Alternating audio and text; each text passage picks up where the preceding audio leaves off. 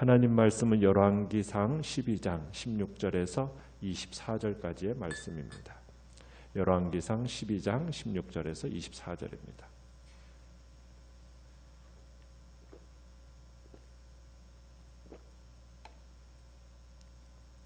열왕기상 12장 16절에서 24절까지를 우리 한 목소리로 같이 읽겠습니다. 시작. 온 이스라엘이 자기들의 말을 왕이 듣지 아니함을 보고 왕에게 대답하여 이르되 우리가 다윗과 무슨 관계가 있느냐? 이새의 아들에게서 받을 유산이 없도다. 이스라엘아 너희의 장막으로 돌아가라. 다윗이여 이제 너는 내 집이나 돌아보라 하고 이스라엘이 그 장막으로 돌아가니라. 그러나 유다 성읍들에 사는 이스라엘 자손에게는 르호보암이 그들의 왕이 되었더라. 르호보암 왕이 역군의 감독 아도람을 보냈더니 온 이스라엘이 그를 돌로 쳐 죽인지라.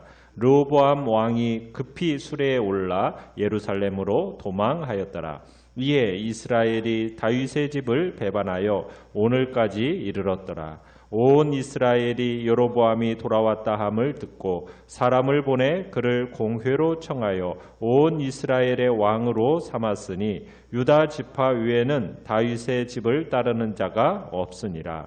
르호보암이 예루살렘에 이르러 유다 온 족속과 베냐민 지파를 모으니 택한 용사가 18만 명이라. 이스라엘 족속과 싸워 나라를 회복하여 솔로몬의 아들 르호보암에게 돌리려 하더니 하나님의 말씀이 하나님의 사람 스마야에게 임하여 이르시되 솔로몬의 아들 유다 왕 르호보암과 유다와 베냐민 온 족속과 또 그 남은 백성에게 말하여 이르기를 여호와의 말씀이 너는 올라가지 말라. 너희 형제 이스라엘 자손과 싸우지 말고 각기 집으로 돌아가라. 이 일이 나로 말미암아 난 것이라 하셨다 하라 하신지라. 그들이 여호와의 말씀을 듣고 그 말씀을 따라 돌아갔더라. 아멘. 오늘 말씀의 제목은 내려놓음 아름다운 순종의 몸짓이라는 제목으로 말씀을 나눕니다. 1번 문제를 보시면은 르호보암이 이제 강경책을 택함으로써 통일 왕국의 역사는 어떤 방향으로 흘러가게 됩니까? 르호보암의 강력한 강압 정치 단행 결정의 어떤 이런 천명이 즉각적으로 북부 지파 사람들의 감정을 폭발시켜 버렸어요. 르호보암의 선언을 들은 북부 지파 사람들이 자리를 박차고 일어나서 왕과의 결별을 선언하게 된 거죠. 우리가 다윗과 나눌 분깃이 없다. 이새의 아들에게서 받을 유산이 우리에게 없다. 이스라엘아 각각 장막으로 돌아가라. 다윗이여 이제 너는 네 집이나 돌아봐라 하면서 더 이상 다윗 집안의 통치 아래 머물지 않을 것을 보여주고 있는 말입니다. 백성들이 이토록 격분하면서 르호보암 곁을 떠나게 된 이유는 무엇이겠습니까? 그것은 르호보암이 자기 자신만 아는 자였기 때문입니다. 그는 왕으로서 백성들의 형편과 어려움을 돌보는 것에는 아무런 관심이 없었고 오직 자기의 권력, 기득권 이것만 주장하고 자기 한 사람을 위해서 지금 모든 백성이 마치 소처럼 멍에를 매야 하는 것처럼 그렇게 얘기를 했던 거예요. 사정없이 징계와 벌을 내려도 마땅하다. 이런 식으로 생각을 한 겁니다. 어떻게 보면 르호보암은 다른 사람에 대한 배려가 없이 조금의 배려도 없이 아주 이기적이고 자기만 아는 그런 사람이었던 거죠. 이렇게 자기만 아는 그런 사람의 곁에는 아무도 남지가 않습니다. 스스로 소유와 버림이라는 어떻게 보면 불행한 길을 택하는 꼴이 되고 만 거죠. 행복한 삶, 아름다운 삶이라는 것은 다른 사람과 더불어 살아가는 것이고 그들을 배려할 때 가능한 거거든요. 하나님은 우리가 행복한 삶을 원하시죠. 더불어 살아가기를 원하시는 겁니다. 함께 배려하며 살아가기를 원하시는 거예요.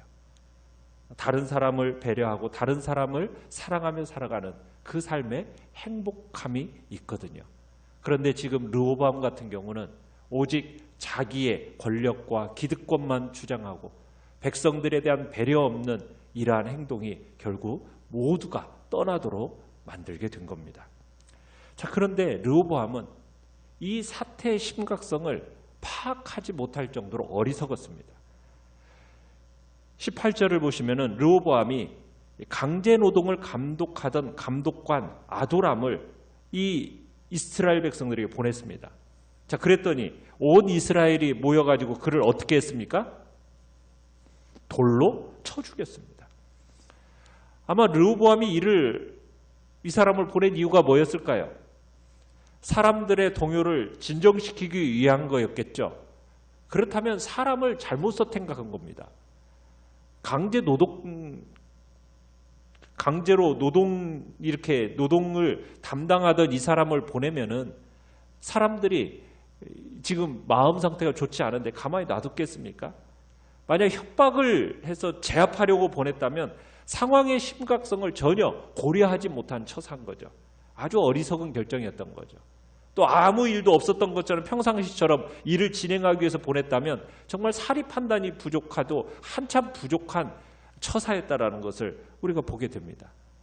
참 소식을 전해 들은 르호보암 어떻게 합니까? 급히 수레에 올라타서 예루살렘으로 도망합니다. 그런데 때는 이미 늦었어요. 상황은 이미 엎질러진 물과 같아서 돌이킬 수가 없었죠. 자, 르호보암이 도망가니까 이스라엘 10지파들은 20절에 보면은 누구를 왕으로 세웁니까? 여로보암을 왕으로 세워서 새로운 왕국 이스라엘을 출범시킵니다. 자, 그런데 지금 르호보암을 따라간 지파는 누구 외에는 없다고요? 다윗의 직계 가문, 다윗의 직계 가문인 유다 지파 외에는 아무도 르호보암을 따라간 지파가 없다, 이렇게 얘기합니다. 그만큼 민심이 얼마나 르호보암에게서 돌아섰는지를 지금 보여주고 있는 거죠. 이제 이렇게 함으로 말미암아 거의 120년 동안 지속되었던 통일 이스라엘이 분열되게 됩니다.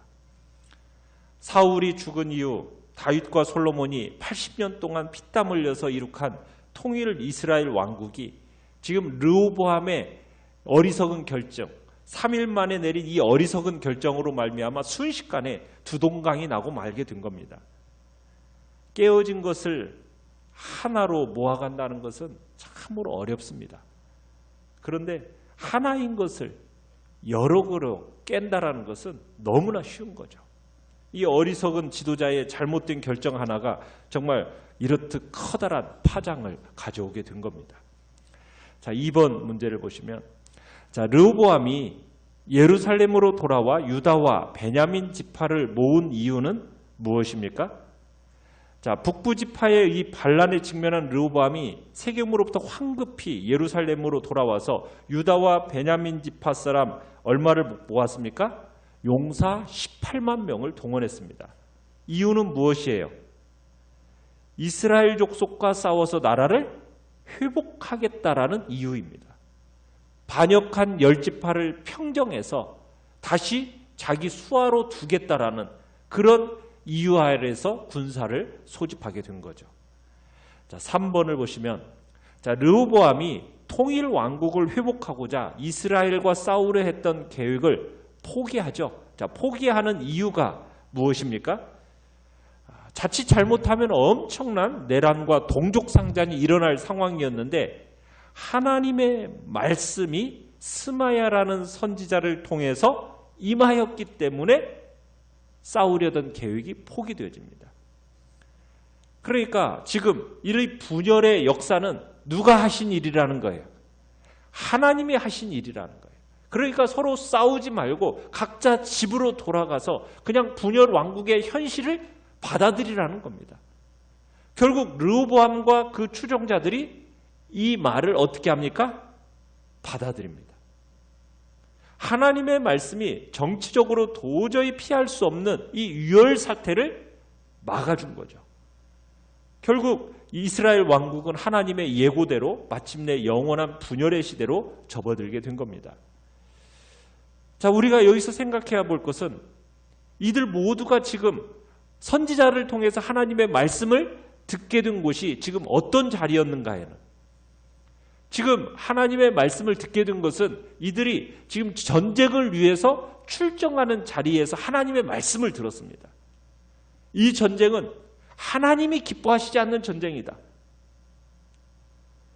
이들이 이 전쟁을 참여하라는 이유가 지금 르호보암이 빼앗겼던 지금 북이스라엘 10지파를 다시 다윗의 집에 귀속시키기 위함이지만, 이것은 하나님이 하신 일이라는 거예요. 하나님께서 너희들이 찾고자 하는 지금 이 10지파를 여로보암에 죽었고, 이렇게 하신 이유는 솔로몬의 범죄 때문이라는 것을 분명하게 하신 겁니다. 만약 이들이 이것을 무시하고 지속적으로 전쟁을 밀고 나갔다면 그건 하나님의 뜻을 거역하는 것이 돼요.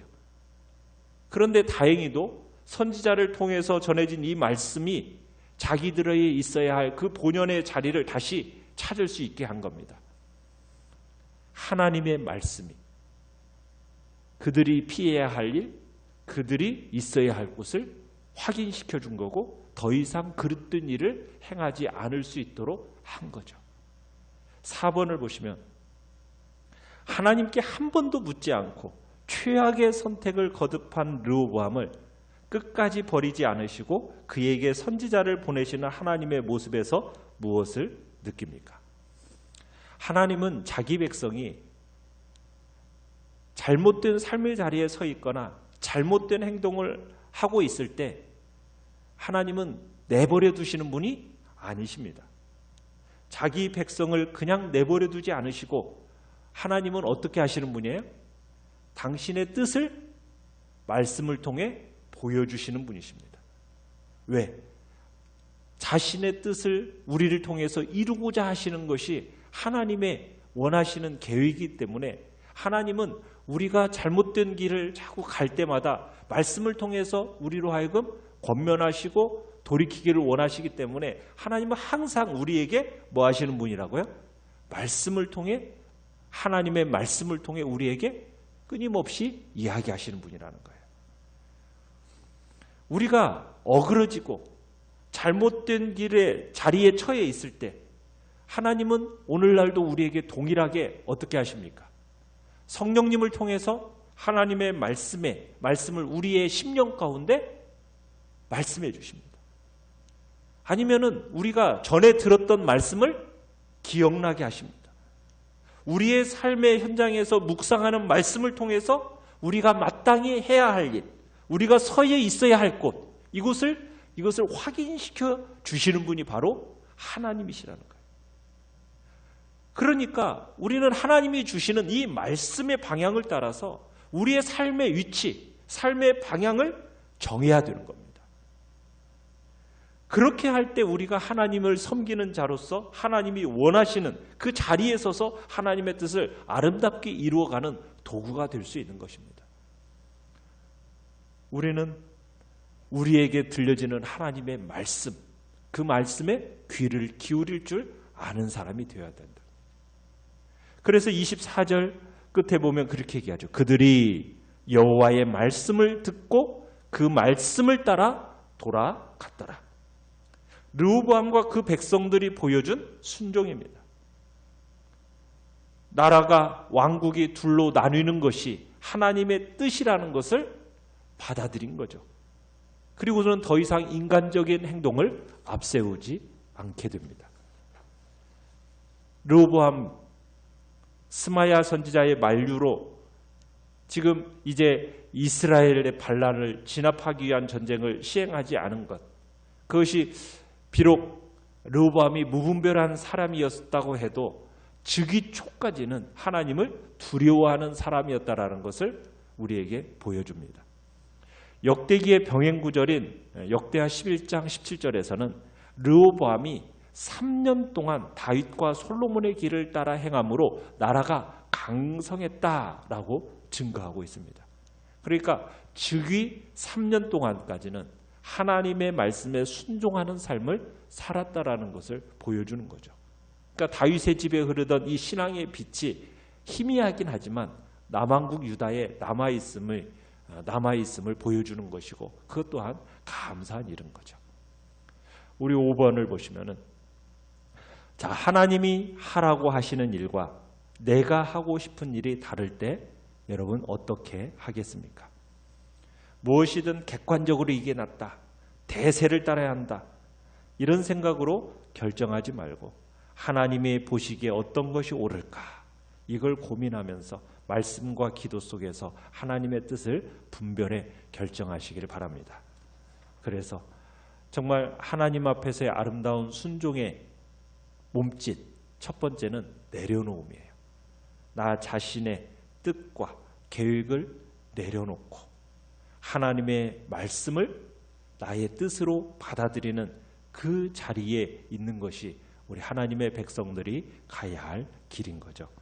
자, 오늘의 기도를 같이 한번 읽어보겠습니다. 시작. 내 야망과 욕심을 내려놓고 성령의 소리를 따르며 하나님의 뜻을 붙잡게 하소서. 아멘.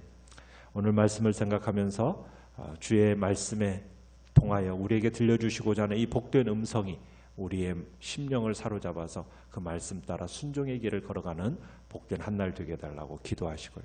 연약한 지체들을 위해서 기도해 주시고 이 코로나19 바이러스 사태 속에 하나님의 은혜와 자비하심이 긍휼하심이 나타나도록 속히 참으로 함께 모여 예배드리는 참으로 일상의 예배가 회복되는 은총을 기대하면서 주여 우리 세 번 부르짖으면서 합심해서 기도하겠습니다.